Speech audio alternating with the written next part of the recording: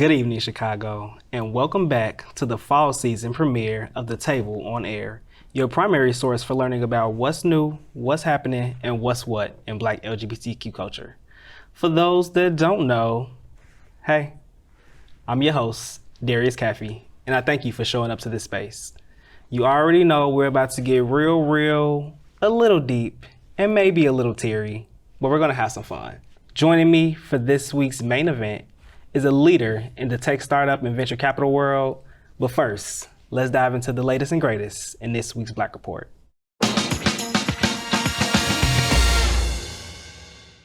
Family, we made it, y'all. We're here, we're back, and as promised, we're here to bring you a new season of Black queer folks being represented at the table. We're constantly looking for new ways to bring people into our community and share positive stories. So if you have some ideas, go to theclosetunlock.com and let us know. But we all know that with new seasons comes change. And I'm here to tell you, just embrace it. Embrace the change, fall in love with it, and figure out what it really means for you. For me, in this season of change, it was leaving a job that I think I was doing fairly well in. I know. A little scary, but I did it to focus more on building my own company to pour into myself the same way that I was pouring into others. I was doing all these career talks and speaking engagements, encouraging other people to live out their dreams and not be afraid of failing or flying, whatever floats your boat. But I wasn't listening to it myself. And a lot of times, most of us don't. We do all these great things to help people and say all the things for other people to feel inspired. But how much of that do we truly give ourselves? So, as I said last season, it's time to start taking my own advice. I deserve to give me what I give to others, and so do you. So if this season of change for you means giving more to yourself than you ever have before, do it. I support you.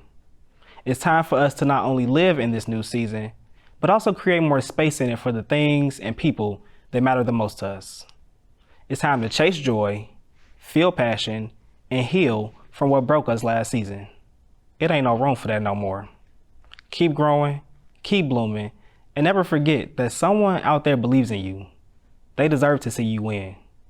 So to my family, my friends, my partner, colleagues, mentors, and community, thank you for believing in me, because when I win, you win. And we're gonna keep doing this thing together, just like community's supposed to. That's a wrap on this week's Black Report with the QUE.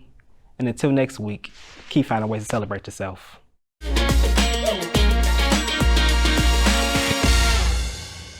Joining me for this week's main event segment is the co-founder of Chi-Tech Collective, director of corporate partnerships with the Blacks in Technology organization, and ecosystem builder, Alax Foreman. Thank you for having me. No problem. I'm glad to finally have you here. I know we were, connecting last season, trying to get you on the show. So I'm really glad that we were able to, find some time and make space for you today to be able to share your story, with the city of Chicago, with our community, and really just amplify all the work that you've been doing to hopefully bring more fruition to it, shed some more light onto it, and watch you continue to grow in all that you do. Thank you. Yeah. No problem. Well, I'm really excited to learn more about, like I said, all the work that you've been able to do, not just around the city of Chicago, but just around the nation. You've been involved in a lot of different areas. So really excited to share more of that again with the world and really bring more light to, all the talent and greatness that you continue to bring and grow into. So I'm gonna jump right into the questions. Okay. So we can get right into it, because I know the people are ready. It's been a little while since they've seen us. So let's let them know what our community is about. I like your cards. Thanks. Designed them myself. Multi-talented, or try to be. So, just to kind of get us started, what has your background historically looked like becoming a founder and builder? Yeah, I would say that when I was younger, I always had an entrepreneurial spirit. I went to Skinner for elementary school. Chance the Rapper was in the same class as me, whatever. So, I give a little credit to Chicago. Right, so we had a pretty talented class, but one of my things was I was always hustling with the Yu-Gi-Oh cards or Pokemon cards. I think my brother had a book report. We read a story together, and the story is about these three girls having a bakery or, starting to sell cookies and things like that. So I said, oh, we should do that.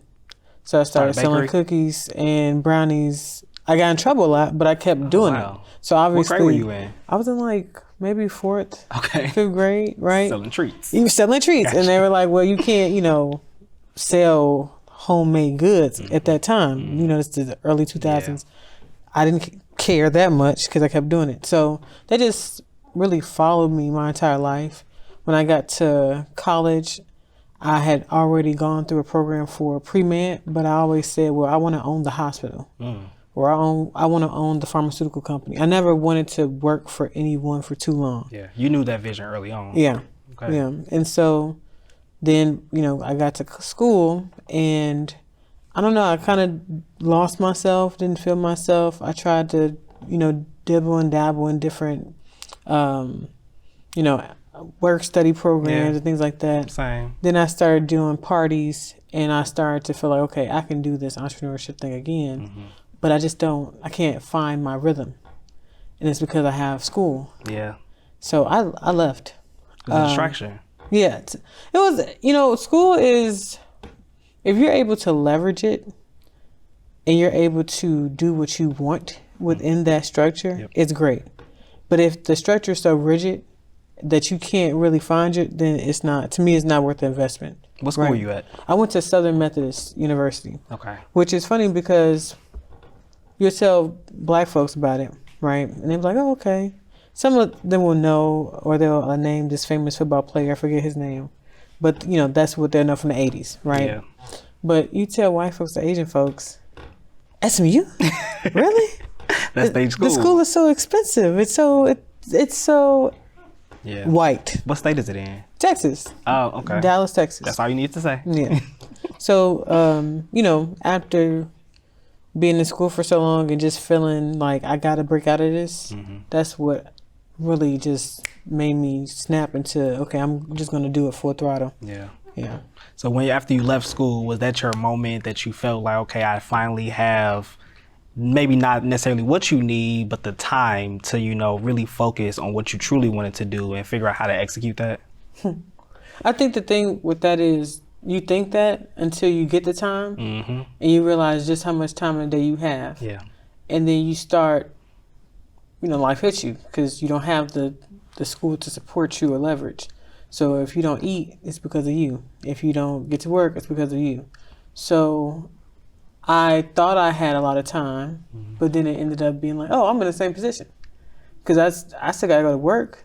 I have to pay my own rent. I have to pay my own bills. Life still moves. Life still moves. Yep.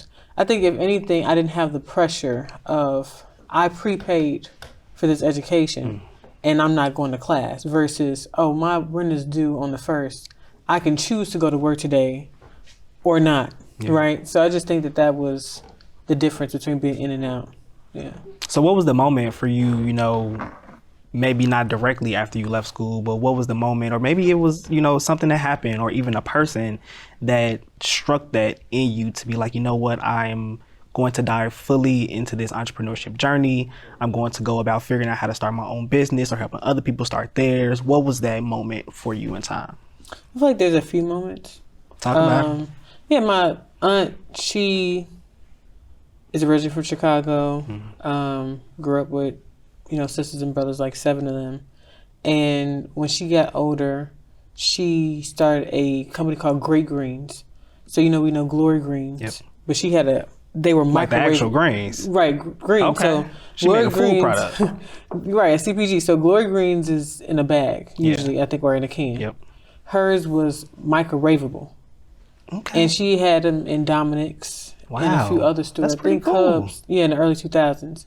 And then she unfortunately had a nervous breakdown when I was in middle school.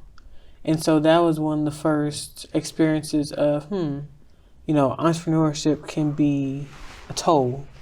It can be a lot, right? And she ended up having to move with us. But that never really deterred me. Yeah. Because even when I got to college, I was still on that path. And then I would see my friends, they're doing stocks and they're doing this. And I'm like, that's not my thing. It's too arbitrary. I don't know too much about it. but I know how to sell stuff and I know how to, bring people together, but I don't have that support. So I would start doing like meetings with people who were interested in building communities, right? And I have rent like a little studio like this in the film department and just go through this deck. And we wasn't doing nothing. We wasn't getting nowhere. But it was the idea that, people are rallying behind me. I'm galvanizing people. I have an idea and I'm trying to get it out there. So I think people around me encourage me as well. And then once you're, in that apartment alone and you're like, okay, I got the time, what am I going to do? Then you start encouraging yourself because you only have yourself at this point, So...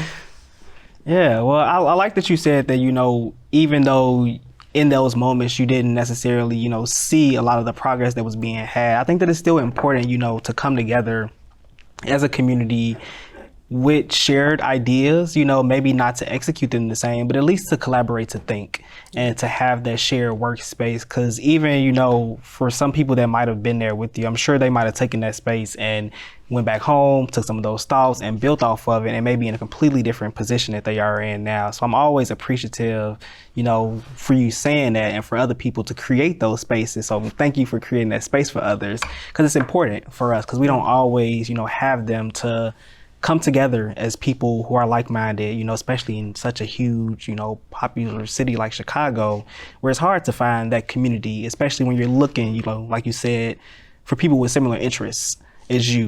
We talk to so many people, we know so many people, but we don't always share similar interests, similar backgrounds. So it's hard to connect. It's hard to build that community. So when you find it, it's something you want to hold on to. So I'm glad that you were able to, create that community for folks and have something for them to hold on to as they experience this journey of entrepreneurship and creation and leading them, to their next step. I'm Mobilize, host of the podcast, 3 Questions With. The Cook County Circuit Court is the largest court system in Illinois and the second largest unified court system in the world. Leading it all is clerk Iris Y. Martinez. When we go into the communities and we hear and we see it talk about these warrants, we found over 10,000 old warrants that were in the system for the last 5 years. We're down to about 100. Join us on Wednesdays at 7:30 in the evening via Channel 19, streaming on cantv.org and the Can TV Plus app. Thinking about next steps and, creating things from ideas, we talk a little bit more, about the 100 Black Ride, and kind of where that started originally for you all and the mission of that project. Yeah, so the vision for the ride happened before we formed Chi-Tech Collective. Okay. So my whole vision was, it would be, wow, wouldn't it be awesome to have all of these Black founders of these tech companies, etc., riding down Bronzeville, whatever street, 43rd, 47th, whatever, and with their teams, multicultural, diverse, and have these kids and families see outside their window Black innovation in motion. Yeah. Right. The emotion piece. I think what people fail to realize about Chicago is that, one, we're always slept on for some reason. I don't know why. And I think it also has to do with our culture, right? Like, we're very much an East Coast city with a Midwest flair. And I think that Midwest attitude is very humble and similar to like the South, but not too gentilly, right? So we don't boast about it. It's kind of internal boast, not outward. So a lot of people don't know what Chicago has to offer, right? And it allows for people to sleep on us. I think also when it comes to Black history, queer history, whatever, Chicago, you can't talk about Black history without Chicago, right? You can say that again. You can't talk about, Black business or Black, community and, urban folks thriving without Chicago. Yeah. So my whole idea is, if you can at least expose families to folks who are already doing it, whether they be from Chicago or elsewhere, maybe that will engender another, spirit, right? It will enter us to another zeitgeist of, oh, I can do it because I saw it. Yeah. Right? I touched it. I heard it. I was able to follow these folks. I know it's out there. Because right now, after I'm from Inglewood. I left Chicago 2 weeks out of high school, so I was in Dallas for 9 years, so pretty much my entire adult life. So coming back to Chicago from 18 to 29, 28, I'm like, what the f going on here? You know, like, this is not what I left. It's a very different world. I experienced the same thing moving back from Missouri because I was away for school and coming back to Chicago. It's like, wow, now seeing this as an adult, it's that community. You know, It's crazy. Talk about that. You didn't notice as a child. Yeah. I mean, I tried to go back to my old house in Inglewood and it wasn't there. Right? You know, I kind of had, I don't know what you would call it, but I was looking at the house next to it and I'm like, well, I don't remember the door being there. But maybe you know, it's like, no, it's just not there. It's gone, right? So, you know, I think that before we lose, I guess, what it is to be a Chicagoan, what it is to be Black Chicago, and to have that ingenuity and that innovation, I want to give it one last, you know, hoorah, right? Where we bring out the Tire City. Yeah. We bring out folks from, you know, that are in Atlanta that are from Chicago or in Houston that are from Chicago that are doing great things and show them, like, you can come back and do that. You don't have to stay here, right? But you can come back and do that. Rep your city. Yeah. Yeah, no, and that's important for people to know, especially for viewers that are outside of Chicago seeing this, that are from the city. You can come back and still be great. You don't got to stay. Exactly. Exactly. You ain't got to stay. We know it gets real cold in Chicago. Yeah. We ain't begging nobody to stay. Right. But you can always, you know, come back, pour that love back into the city, showcase those same talents, or even, like you said, that representation. Being able to show others that you did it and that you were capable of doing it shows them that they can also do the same thing or things even greater than that.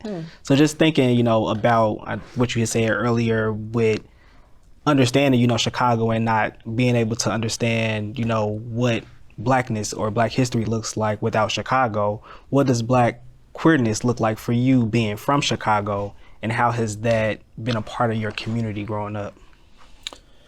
When I first saw the question, I was like, I really don't know how to answer this, right? It's a hard question to think about. Especially because I have never been someone who put my sexual identity before my race.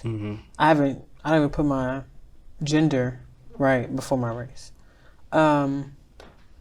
But as you get older, you're like, where is this loyalty for my race coming from when even my own people don't respect, my sexuality or things of that nature.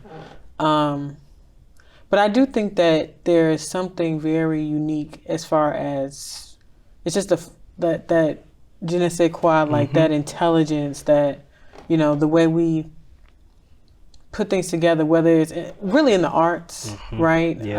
We just see things differently. I think Black queerness is a lens that is it's not myopic, right? But it's very few have that ability, right? Because, you know, we're queer, right? We have certain experiences, right? We do. And really just, it's very rich, right? I think that you see people all walks of life when it comes to being Black and queer. And it's such a vast, you know, sometimes I'm like, so many different forms of us. You know what I mean? Like, what is queer? Is that what that is today? We're making it up day by day. Exactly. So that's what, you know, that's how I would answer that question. Okay. Well, so as we learn more about what the Black queer experience, you know, continues to look like, can you explain a little bit more about having to put or being able to put race before sexuality, and, you know, what that means or feels like for you in those moments of exchange, you know, talking with people and addressing that? Yeah, I think that a lot of it comes from my upbringing, right? I was telling a friend of mine recently that I feel like my dad was an undercover hotep growing up, right? Ain't it sad when you got to figure that out? You know what I mean? And because I look at him sometimes now and I'm like, would I like you if you weren't my dad? Yeah. Right? As a Black heterosexual man, right? And there are some things that I understand or I could empathize with because I understand the time. You're a baby boomer, right? You grew up differently, you know, as far as just even in your own house, having so many brothers and sisters, having a different dynamic as far as parents. But then when it comes to the greater, you know, I guess culture, It's annoying a lot. You know, it gets very frustrating, especially with this podcast culture. It's like a cesspool of egos, just trauma and ego. And, you know, it makes me feel like, as a Black woman, specifically with some of the Black men podcasts, how do I comfort you? Do you deserve comforting? How many times does someone have to express their trauma for you to meet them in the middle and understand, well, maybe it's neither party's fault. Maybe it's a systemic issue. Maybe there are these hands guiding certain things, and these are the cards that we've been dealt. Because even like, I'm kind of going off a little bit. Go for it. I was sharing with somebody, I'm like, this narrative of, you know, Black women didn't, you know, they kicked their men out the house. And I'm just like, what Black woman do you know today has 4 kids and is going to push a man away? Okay. You know, I mean, unless it's for, you know, for certain things I understand, but you just going to kick them out just to get I just don't. I think that there are some stories that need to be told, and I really don't trust that the people that are repeating these things or who are saying these things have gone and sat down with Nanny and Muddy and said, so what really happened? What did you really have to do, and why did you do it? Yeah. You know, so there's just, so with that piece, it's like, okay, as again, being Black, being for the culture, you want to give people like, okay, you don't understand. I'm just I get it, brother. But like, how many times can we do that? Yeah, because now it's coming down to just common sense and human decency, you know? And if you are so just drowned in this mindset, right? Sometimes it's like a woe is me. It's kind of like, well, I might have to separate myself. I might have to be this Black lesbian or woman-loving woman or whatever you want to call it, right? Who you just don't mess with, right? Even the whole like feminism thing, they just keep throwing this feminism word around. I know I don't know everything that it is to be a feminist. Yeah. So I know you don't, right? You're not reading these manifestos. I'm not reading these manifestos. You know what I'm saying? Yeah. So it's just like, you know, but at the same time, if you're going to target me in your messaging because I align with that, or you think that's what I align with, then you kind of leave me no choice but to be on the defensive, right? And so now I have to pick and choose, you know, what struggle and what movement am I going to support, right? Am I going to fall victim into this, you know, vitriol that is just back and forth on TikTok and Instagram that does nothing for anyone? And you shouldn't have to. You know what I mean? Yeah. We shouldn't have to. We should be able to live above this. Yep. So that's my thing. It's just always gonna be Black, right? But I'm always going to love who I love too. So that was a perfect answer, because I'm sure there's so many other people that feel like that, you know, and are still trying to figure out, what does this mean for me? And, you know, that's why we wanted to have this space to have conversations about what all those differences look like, what they feel like, how can we support them, how can we lean more into them, and really just show people what our community truly is, and show them that we're not all the same. You know, show them we're not the same people with the same mindsets, the same goals.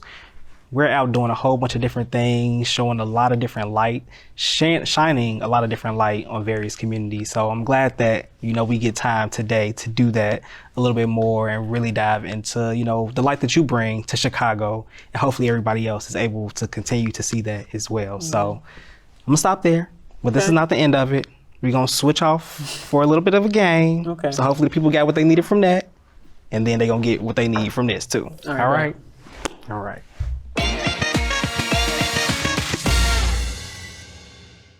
And now for Open Space, an opportunity for us to let go, be free, and just live.